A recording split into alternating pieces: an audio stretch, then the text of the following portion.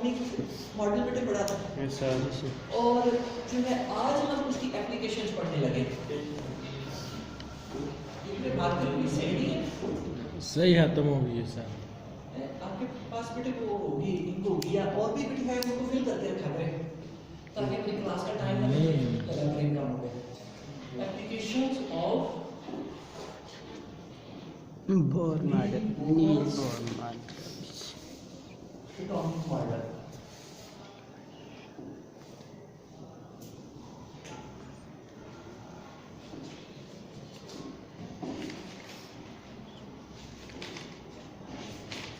अच्छा बेटे एप्लीकेशंस के लफ्ज़ से क्या समझ आती है? आपने ये लफ्ज़ पहले पढ़ा सुना होगा।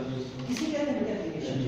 दरख्वास्त। एक तो बेटे वो ठीक है आपकी मतलब खास है, लेकिन एक बेटे एप्लीकेशन का मतलब होता है किसी चीज़ को अप्लाई करना।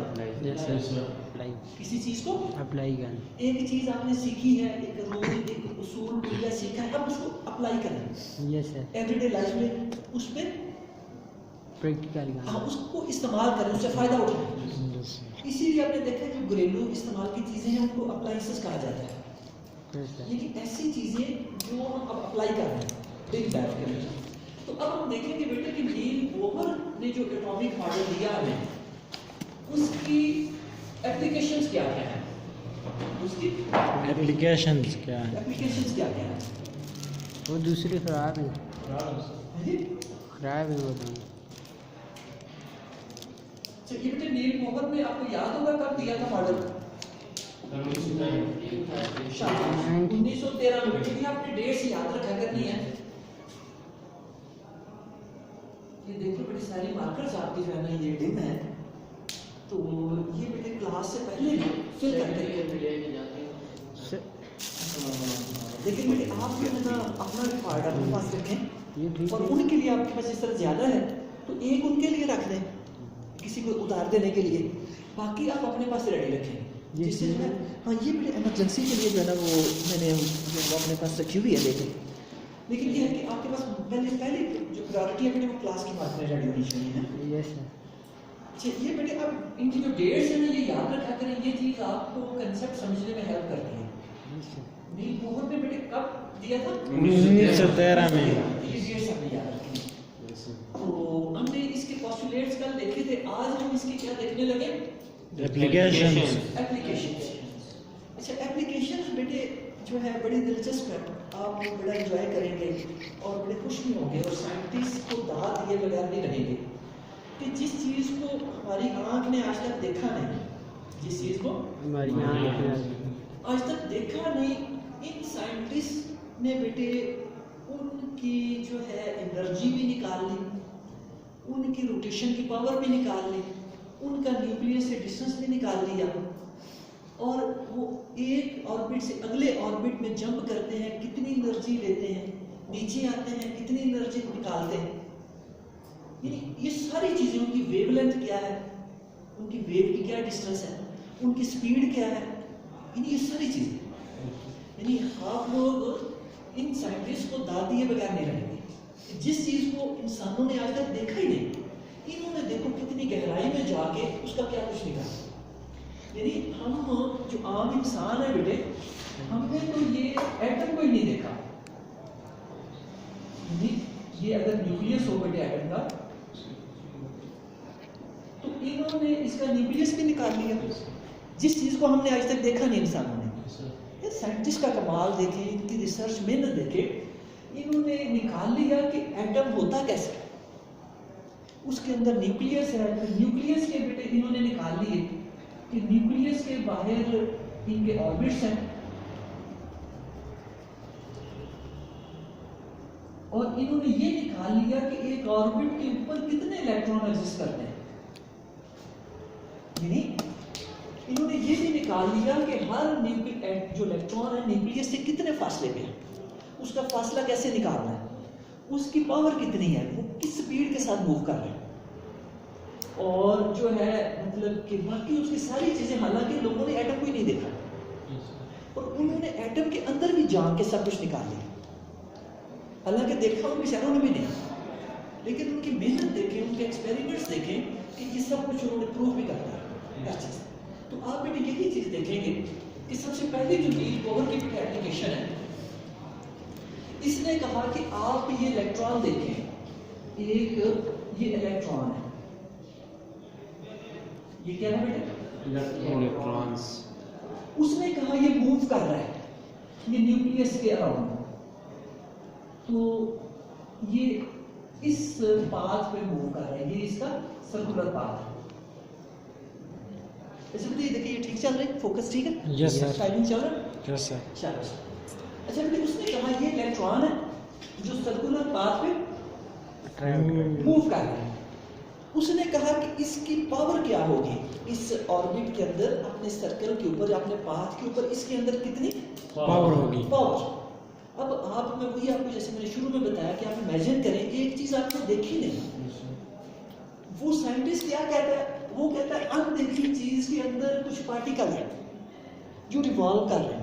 वो कहता है मैं आपको ये भी बताता हूँ कि वो पार्टिकल किस पावर के साथ मूव कर रहे हैं।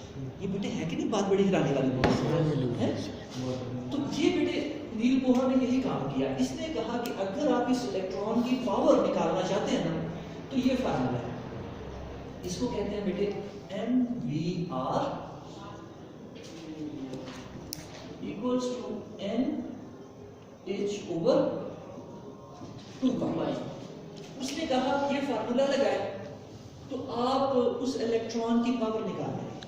कितनी बड़ी बात है बेटे। और ये जो MVR है बेटे, इसको आपकी सिंपल लैंग्वेज में एंगुलर मोमेंटम कहते हैं।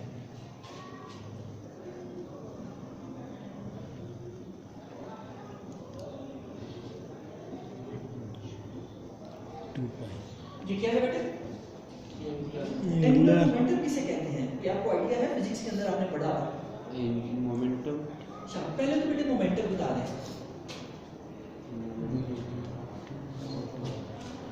एंगुलर मोमेंटम की बात हम बाद में करेंगे, पहले मोमेंटम बता दो, मोमेंटम क्या होता है? Rate of change of velocity. जी rate of change of velocity. वो तो बेटे एक्सेलरेशन है। एक्सेलरेशन। Change in velocity. जी change in velocity. Change in velocity भी बेटे एक्सेलरेशन है। मोमेंटम क्या है? जी डिस्टेंस बेटे, डिस्टेंस है, लेंथ है। अच्छा अब बेटे देखिए ये आपके पास बेटे कोई जो है ना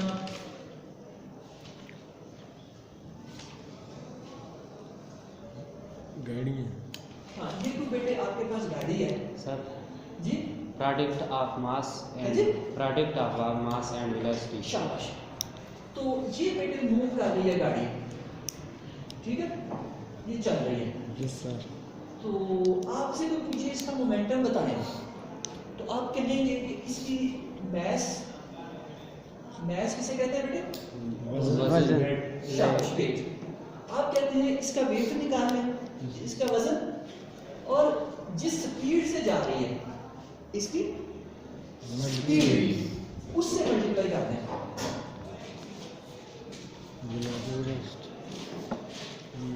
इसके वेट को इसकी स्पीड के साथ मल्टीप्लाई करते हैं तो क्या आ जाएगा?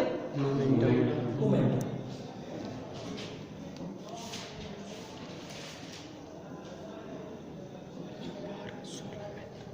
अच्छा अब बेटे आप, ये तो था बात फार्मूलों की, साइंस की, आपके जो है ना डेफिनेशन से।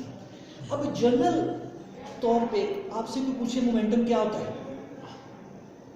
तो आप क्या कह सकते हैं? आप कह सकते हैं उस चीज की जो पावर है, उस चीज की पावर है, उसी को उसका मोमेंटम कहते हैं। यानी अब जितनी ज्यादा मैस होगी उतना ज्यादा मोमेंटम होगा, जितनी ज्यादा स्पीड ज्यादा होगी उतना ज्यादा वेट से। तो फिर मोमेंटम क्या होगा? उसकी पावर होगी ना। Yes sir. जी जी बेटे, जी जी बेटे, पानी मांग रहे सर। हाँ देखिए ये ग्लास है बोला है। नीचे से ले आओ। इसको बेटे बाहर रखो, इसको बाहर के ये ले लो। शाबाश। अच्छा बेटे अब मोमेंटम का कुछ आपको आइडिया हुआ? Yes sir. उसके अंदर पावर। ठीक है। अब मैंने आपको इसीलिए शुरू में बताया था कि ये तो था बेटे सिंपल मोमेंटम, इसको लीनियर मोमेंटम भी कहते हैं, ट्रांसलेशनल मोमेंटम भी कहते हैं। लेकिन जब कोई चीज सर्कल में मूव कर रही हो, जब कोई चीज सर्कल में। उसका फिर मोमेंटम लीनियर नहीं होता। उसका मोमेंटम एंगुलर हो जाता है। इसका मोमेंटम कौन सा हो जाता है? शाबाश। जब भी बेटे एंगुलर मोमेंटम की बात हो या कोई चीज जो सर्कल में मूव कर रही हो तो है वो भी मोमेंटम है, लेकिन फर्क क्या है? हाँ, वो सर्कल के अंदर घूम रही है और ये सर्कल के ये लाइन के अंदर से निकल रही है। दोनों मोमेंटम, ठीक, फर्क का पता चल गया? Yes sir. अच्छा, इसी तरह बेटे आपने जब इसका मोमेंटम कहा था तो आपने कहा था कि ये इसका मोमेंटम इसकी पावर को शो कर रहा है। जितना इसका मोमेंटम ज्यादा होगा उतनी इसकी स्पीड ज्यादा होगी, ठीक है? इसी तरह बेटे जितना इलेक्ट्रॉन का मोमेंटम ज्यादा होगा, एंगुलर मोमेंटम, उतनी ज्यादा उसकी स्पीड उसकी पावर ज्यादा होगी, उसकी पावर, उसकी स्पीड। बात समझ आ रही है? मास कम हो गया। अच्छा बेटे, मैं आपको यहाँ पे एक और चीज बता दूं जो चीज आपको हेल्प करेगी कि ये जो बेटे जो ऑर्बिट्स हैं जो न्यूक्लियस के करीब हैं, इनके इलेक्ट्रॉन के अंदर पावर भी ज्यादा होती है, इनकी स्पीड भी ज्यादा होती है। आप बेटे हमारे सोलर सिस्टम को ही देखें, जो प्लैनेट्स सोलर के करीब हैं सन के, उनकी स्पीड भी ज्यादा है, ठीक है, उनकी पावर भी ज्यादा है। जैसे जैसे सन से दूर प्लैनेट्स मूव करते हैं उनकी स्पीड भी स्लो है और पावर भी स्लो। इस बात की समझ आ रही है? यही हाल बेटे एटम का। अल्लाह के निज़ाम देखें कि अल्लाह ने अपनी इतनी बड़ी कायनात वो भी एक ही सिस्टम पे बनाई हुई, और जो है आप नीचे से नीचे जाएं, जो चीज़ हमारी आंख देख ही नहीं सकती, उसका भी निज़ाम अल्लाह ने उसी तरह बनाया हुआ। अल्लाह की कारीगरी देखें, अल्लाह का कमाल देखें, है? तो अब बेटे ये जो न्यूक्लियस के जितने करीब इलेक्ट्रॉन है उनकी स्पीड भी ज्यादा, उनकी पावर भी ज्यादा। जैसे जैसे आप आउटर मोस्ट ऑर्बिट्स में जाते हैं, इलेक्ट्रॉनों की स्पीड भी कम हो जाती है, उनकी पावर भी कम हो तो जाती बेटे है। नील बोहर को दांत दिए बगैर नहीं हम रह सकते। सर ये भी तो वेब वाला सिस्टम है। हाँ, इसने बेटे देखो बता दिया हमें, हम बेचारे टकरे मारते रहते हैं, हम ये चीज नहीं निकाल सकते।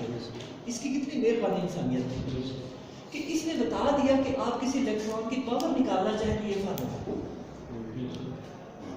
कितना बड़ी मेहरबानी की उसने। Yes sir. यानी ये देखो बेटे, ये मास इनटू वेलोसिटी गई है, आम मोमेंटम वाली ही मास इनटू वेलोसिटी, लेकिन एक्स्ट्रा चीज क्या है? आर। आर क्या है? शाबाश। ये बेटे इसका रेडियस है, यहाँ न्यूक्लियस है, ये न्यूक्लियस का सेंटर है ना बेटे, यहाँ से लेकर ये जो इलेक्ट्रॉन का बेटे ये जो डिस्टेंस है इसको क्या कहते हैं? रेडियस। ये बेटे रेडियस है इसका। इस बात की समझ आ रही है? Yes sir. तो उसने कहा ये फार्मूला है, आप इसके मुताबिक किसी भी इलेक्ट्रॉन की पावर निकाल सकते हैं, कितना जानदार है। हाँ, ये एन बेटे मैंने खुद डाला, देखिए आपकी बुक में नहीं डाला हुआ, आपकी बुक में ना एन नहीं है, ये बेटे मैंने खुद अपने पास ही डाला आपको समझाने के लिए। न्यूक्लियस को जाहिर करता है जी नहीं न्यूक्लियस। नहीं बेटे नहीं, शाबाश, ये बेटे वो भाई ठीक बता रहा है कि एन आपका जो है ना ये जाहिर कर रहा है ऑर्बिट नंबर को। शाबाश, नंबर ऑफ ऑर्बिट, यानी एन आप नंबर से समझ लें, ठीक है? यानी ये जो बेटे आपके पास ये पहला ऑर्बिट है तो यहाँ एन की वैल्यू क्या होगी? 1 ये सेकंड ऑर्बिट है, यहाँ एन की क्या वैल्यू होगी? 2 ये थर्ड ऑर्बिट है, यहाँ एन की वैल्यू 3 इसके बाद ऑर्बिट आपके जितने इंक्रीज होते जाएंगे तो आप एन की वो वैल्यू लगाते जाएं, ठीक है? Yes sir. तो आपके पास आप देखेंगे कि हर ऑर्बिट के इलेक्ट्रॉनों की पावर आ जाएगी। किसी भी ऑर्बिट के अंदर इलेक्ट्रॉन के अंदर कितनी एनर्जी है, कितनी पावर है, ये बात बेटी क्लियर होगी। ये एन भी वही चीज है,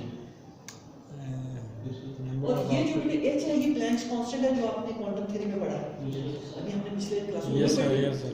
और ये पाई आप जानते हैं बेटे, ये मशहूर आपके मैथ के अंदर, फिजिक्स के अंदर यूज होती है, 2/7 है ना, 3.14 इसकी वैल्यू होती है, ये वही।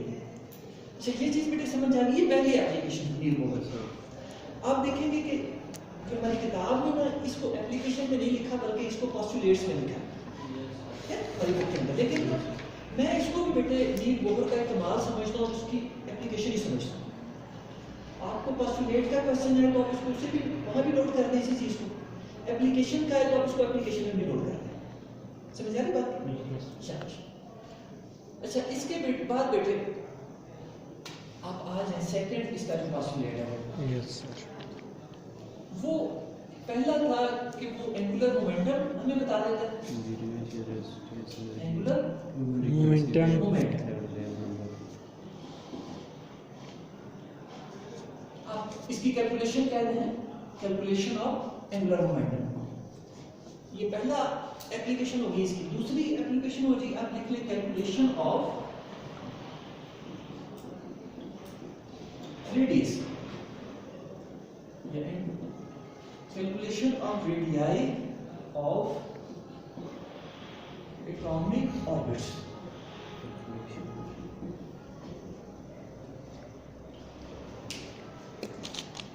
यानी ये जो रेडियस बेटे न्यूक्लियस से लेकर किसी भी इलेक्ट्रॉन तक का जो डिस्टेंस है, इसको क्या कहते हैं?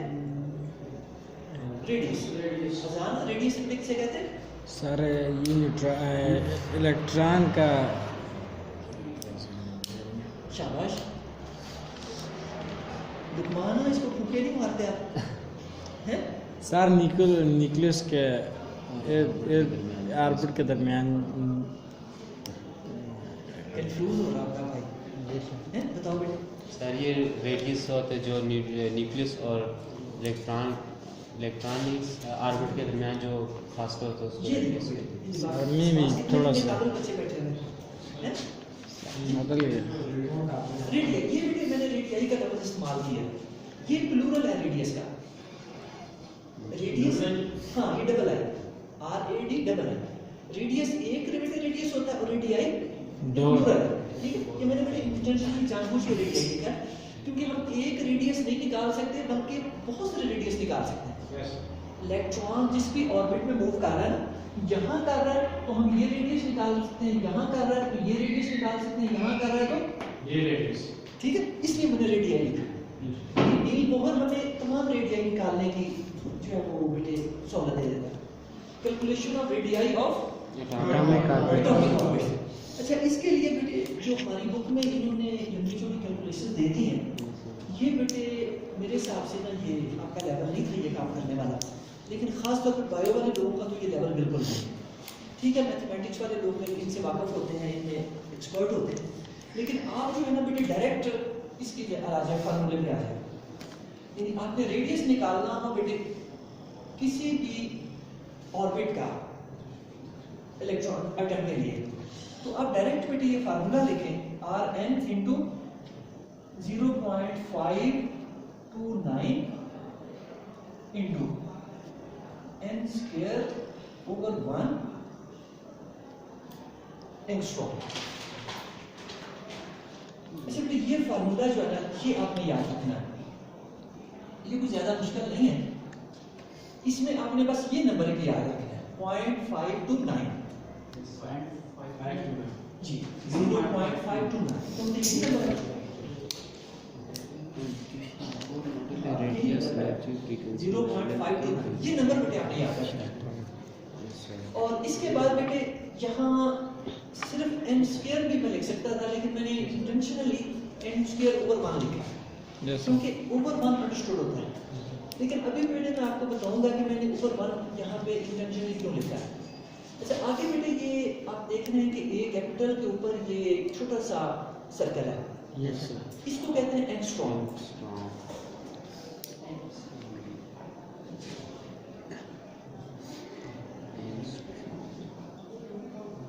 एंगस्ट्रॉम का बेटे क्या मतलब है? सर ये परसेंट को जाएगा, ये बेटे होता है 10 एक्सपोनेंट माइनस 10। एंगस्ट्रॉम का क्या मतलब है? 10 एक्सपोनेंट 10। इसको पढ़ने का तरीका है 10 एक्सपोनेंट 10 माइनस 10। ये बेटे इसकी वैल्यू है। अच्छा अब बेटे ये फार्मूला देखें नील बोहर का कितना बड़ा काम है कि उसने हमें बता दिया कि आप किसी भी इलेक्ट्रॉन का न्यूक्लियस से डिस्टेंस निकालना चाहें, रेडियस किस सर्कल में वो मूव कर रहा है, आप इस फार्मूले से निकाल रहे हैं। देखो हम अगर खुद निकालना चाहते तो हम सारा अपना पटकते रहते, हम इस तक नहीं पहुंच सकते थे। ठीक है, कितना बड़ा उसका काम है, उसको हम दाद दिए बगैर नहीं रह सकते। अब बेटे जब आपके पास n की वैल्यू गिवन हो, पहला ऑर्बिट होता है, जब आपके पास कौन सा हो पहला ऑर्बिट, ये वाला आप फर्ज कर लें आपका पहला ऑर्बिट है, ये इलेक्ट्रॉन यहाँ पे है पहला ऑर्बिट। तो ये जो डिस्टेंस है बेटे न्यूक्लियस से लेकर इस तक, ये वाला रेडियस, इसको आप R1 कह रहे हैं। और ये जो बेटे सेकंड ऑर्बिट है इसके अंदर मूव कर रहा है, इसको अब R2 है। और अगर कोई बेटे इलेक्ट्रॉन ये थर्ड ऑर्बिट में मूव कर रहा है हम तो इसका बेटे ये जो रेडियस है यहाँ से लेकर यहाँ तक इसको क्या कहेंगे? R3। इस बात की समझ आ गई? Yes sir. तो अब बेटे ये आपने डिस्टेंस निकालना हो तो इस फार्मूले में आप n की वैल्यू पुट कर दें, और n की जगह पे 1 पुट करें। इसका मतलब कि हम पहला रेडियस निकालने लगे। Yes sir. यहाँ बेटे आप यही कांस्टेंट वैल्यू लिखें 0.529 इनटू जहाँ n है बेटे वहाँ आप 1 लिख दें, 1 का स्क्वायर ओवर 1। और ये एंगस्ट्रॉम जो है बेटे ये लेंथ की यूनिट है, 10 ये क्या है? Unit of length.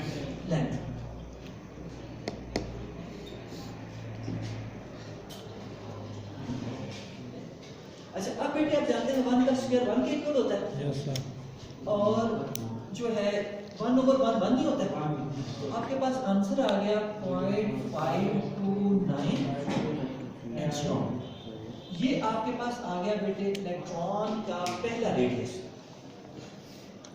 समझाए बेटे बात की? Yes sir.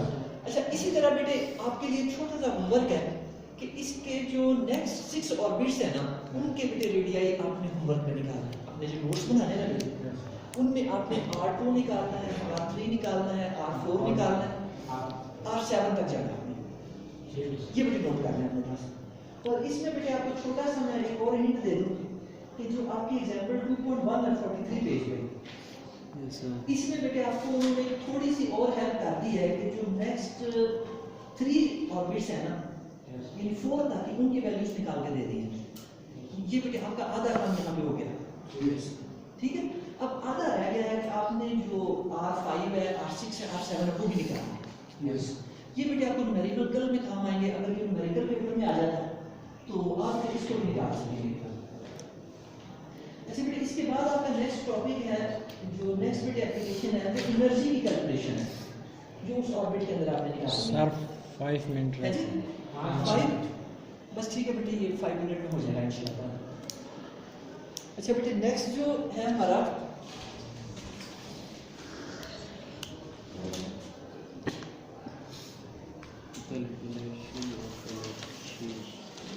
वो है calculation of energy.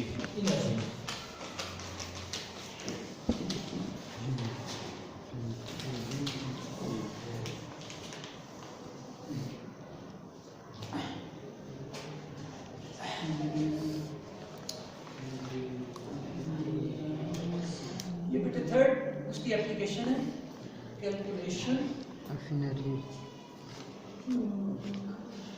of energy of electrons n R2 in orbit।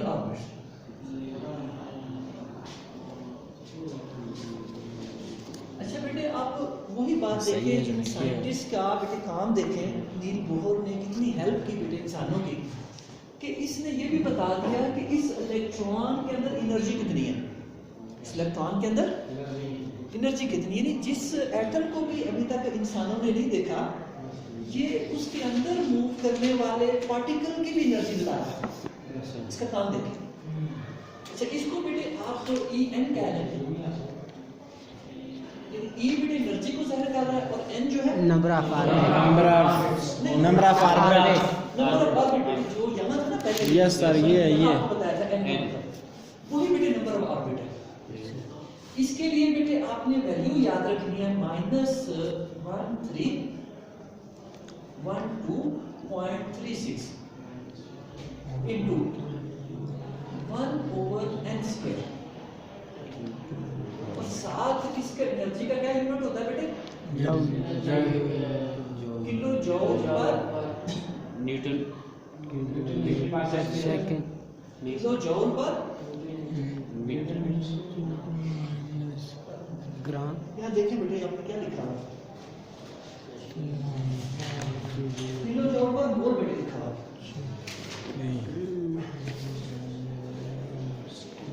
ये बेटे यूनिट है एनर्जी का, जिस तरह ये एंगस्ट्रॉम यूनिट था लेंथ का, इसीलिए ये जो किलो जूल पर मोल है ये क्या है? एनर्जी का एनर्जी का यूनिट है। ये बेटे एनर्जी का यूनिट है। और यहाँ n की आपको समझ आ गई, n क्या है? नंबर ऑफ ऑर्बिट्स, यहाँ की जो n है वो क्या है? Number of orbits. लेकिन यहाँ बेटे आपने ये वाला एक नंबर याद करना है। 13, 12, इसको आप 36। 13 से स्टार्ट कर सकते हैं, 13 के बाद 12 है, Yes, और sir. 12 को 3 से मल्टीप्लाई करें तो 36। 36 आ गया, पॉइंट लगा के। आप इस तरह इसको याद रख सकते हैं। लेकिन एक ये माइनस का साइन आपने नहीं भूलना। अगर माइनस का साइन भूल गया तो आपका बेटे ये आंसर गलत हो जाएगा। पॉजिटिव हो जाए। ठीक है, ये माइनस बेटे जरूर याद रखना। अच्छा, फिर मैंने आपको बताया था कि आपको जो पिछला फार्मूला था उसमें मैंने n स्क्वायर ओवर 1 किया था। Yes sir. इसमें आप इसी को उल्ट कर दें, 1 एवरेज। इसी फार्मूले को उलट कर दें। उल्ट कर दें और ये यूनिट याद रख लें कि एनर्जी के unit kilo joule per mole. Yes sir. और रेडियस के लेंथ के यूनिट यहाँ क्या लगेंगे? एंगस्ट्रॉम, यहाँ ये जाएंगे। ठीक है। अच्छा, अब बेटे आपने उसी तरह से अगर निकालना हो ये आपका जो इलेक्ट्रॉन है पहले ऑर्बिट में, इसकी एनर्जी निकालनी हो कितनी है, तो क्या करेंगे बेटे? यहाँ n की वैल्यू 1 करेंगे। ठीक है।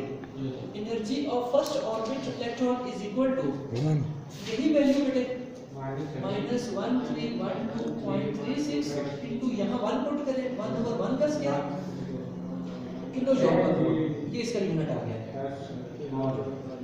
अच्छा, अब बेटा जानते हैं 1 का स्क्वायर 1 नहीं होता, 1 ओवर 1 भी 1 नहीं होता। तो ये आपके पास जो फर्स्ट ऑर्बिट के इलेक्ट्रॉन की एनर्जी है आ गई -1312.36 किलो जूल पर मोल। अच्छा बेटा, यहाँ भी मैं आखिरी काम आपको छोटा सा वर्क दूंगा कि ये फर्स्ट ऑर्बिट की हमने निकालनी है एनर्जी इलेक्ट्रॉन। अब जो इलेक्ट्रॉन्स नेक्स्ट ऑर्बिट्स में बेटे, ये देखो ये सेकंड ऑर्बिट में है, ये थर्ड ऑर्बिट में है और इसके बाद नेक्स्ट ऑर्बिट्स में है। तो आपने बेटे 7 ऑर्बिट्स तक के जो इलेक्ट्रॉन की एनर्जी कैलकुलेट करनी है होमवर्क में, ये बेटे नोट कर लें। सबको सर कैलकुलेट हाँ, यानी n की जगह पे 2 पुट करें और यहाँ भी 2 पुट करें, फिर n की जगह पे 3 पुट करें, यहाँ भी 3 पुट करें। फॉर 7 तक इसका रहा। 7 ऑर्बिट्स तक की आपने एनर्जी मिली।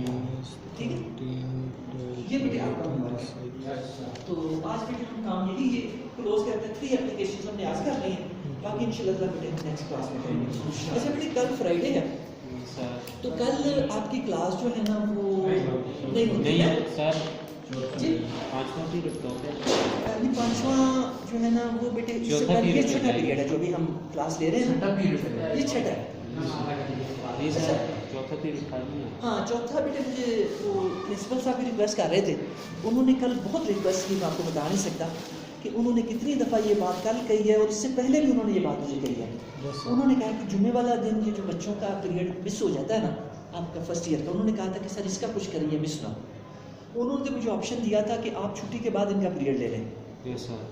तो मुझे पता है कि बेटे छुट्टी के बाद आपके साथ ज्यादती है, तो मैं नहीं ये सर। आपके साथ नहीं करना चाहता। नहीं सर, नहीं है। नहीं, मैं समझता हूँ, मैं आपके साथ मिलता हूँ। हाँ, मेरे जज्बात बेटे आपसे भी मिलते हैं, तो मैं समझता हूँ ये बच्चों के साथ ज्यादती है। तो अब 4th पीरियड जो है ना बेटे, ये एक मैनेज करें। मैं कोशिश करूँगा कि बेटे कल देखो मैं भी काम छोड़ के बेटे पहले आऊँगा, हालांकि मुझे कन्वीनियंट यही है कि मैं जो है ना 11:15 बजे यहाँ पहुँचूँ, लेकिन इसके बावजूद बेटे मैं भी कोशिश करूँगा। ये बिल्कुल प्रॉमिस नहीं है मेरा, ये एक मेरी कोशिश होगी कि मैं बेटे 4th पीरियड में जो कि आपका होगा बेटे 10:40 पे यस सर। बेटे मैं 10:40 पे कोशिश करूँगा पहुँचूँ। प्रॉमिस नहीं है लेकिन बेटे मैं कोशिश करूँगा इसकी। पीछे आप होने बेटे के उसी दिन उस टाइम पे आ जाएं, ताकि क्योंकि आपका बेटे कोर्स बड़ा लेंथी है और इसके लिए देखो जिस डिटेल